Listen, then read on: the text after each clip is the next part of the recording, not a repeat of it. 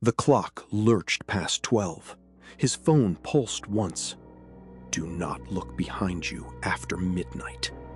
The plank behind him exhaled.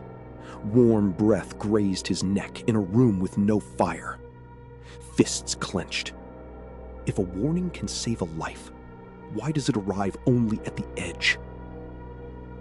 Hours earlier, Andre had laughed. Unknown number, a dare in a thunderstorm. He muted the thread and stoked the stove. Outside, the forest hissed. Uphill, a culvert sang.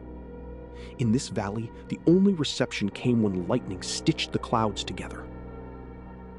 Andre Petrescu, 26, geology postgrad, was mapping old spillway fractures from a derelict hydro scheme. Landslide risk up top, bureaucracy below. He took the cheap cabin over the fancy lodge, 2 days' walk from the nearest shop and roomer. Locals spoke of the ridge as if it watched. Hikers vanished in fog, not on maps but around campfires. A beekeeper in the hamlet warned him with a tilt of the head. Keep your back to the stone after dark. The timber whispers what it wants you to do. First message arrived when thunder rolled like iron barrels. Do not look behind you after midnight. He screenshotted it. No avatar, no name. A second pinged. This is not a joke. He replied with a shrugging emoji he instantly regretted. Then came sound.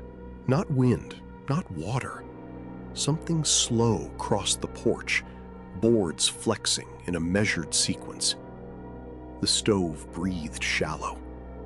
He steadied the knife he'd used to slice bread. The phone shivered again. Window reflections count. He turned the phone to airplane mode. A third text arrived anyway, time-stamped a minute into the future. It stands where the room ends. He forced a laugh that sounded like someone else. The barometer needle dipped. The stove flame leaned away. At daylight, he chased the rational. Infrasound from the falls, magnetic flux from old turbines, carbon monoxide paranoia. He set loggers, calibrated the compass, tasted air like a chemist. The porches showed a single wet footprint facing inward. He climbed to the spillway to check a tilt sensor cache. At the concrete lip, he found a rusted tag stamped with a defunct survey company. The number matched the country code in last night's texts. A birdsong stopped mid-note, as if edited out. In the village archive, a curator whispered about the watcher behind.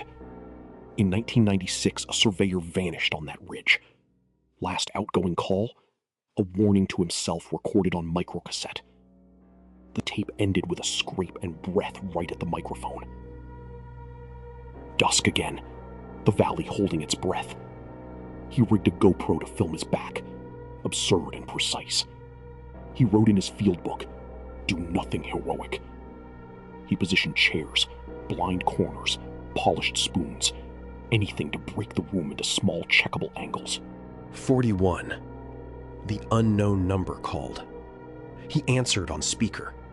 His own voice, younger, exhausted, pleaded through static. Don't turn. Tie the door. Keep the flame small. Then a slam, skittering, and a whispered, "Forgive me," from someone who swallowed the word. His footage showed what the eye missed. Condensation drawing a darker silhouette at the far wall whenever his shoulders turned away. Not a figure, an outline of absence. As he faced it, the darkness evaporated like breath on glass. It learned your rhythm. He froze. He'd set a metronome to pace his checks. Now each creak in the boards matched his pattern. The forest joined. Drips and gusts fell into step. The room became a machine built to turn him around. Who are you? The reply arrived with an image. His own cabin, taken from behind him, time-stamped 1 minute ahead. He swept the room. Empty. Then a line. You asked for proof. The floor groaned under weight that wasn't his. 59. He set the lamp low, the spoon mirror high, and braced. Count breaths. 1, 2.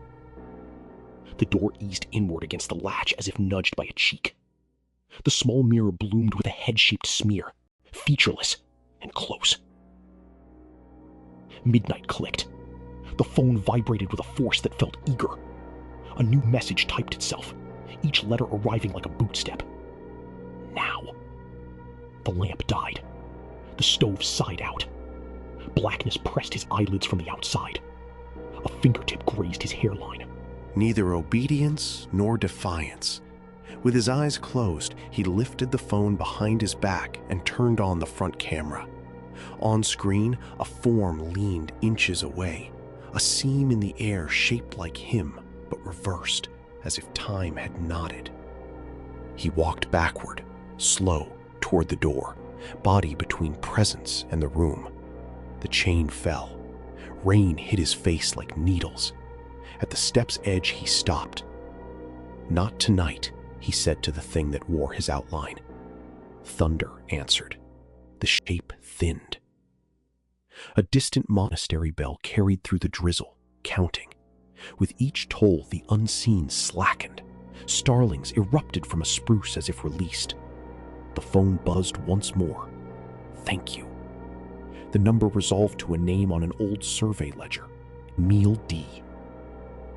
Back in the city, he delivered data. Infrasound spikes from the falls, flux anomalies near the old dam, and a human pattern. The things fear makes us do to fill a silence. The archivist added his report to a file already thick with warnings no one heeded. He never replied to the last message. Some thresholds are for leaving, not learning. Still, the thought leaks in at night. We spend life facing forward, but our histories stand at our backs, patient as weather. What happens the moment we turn?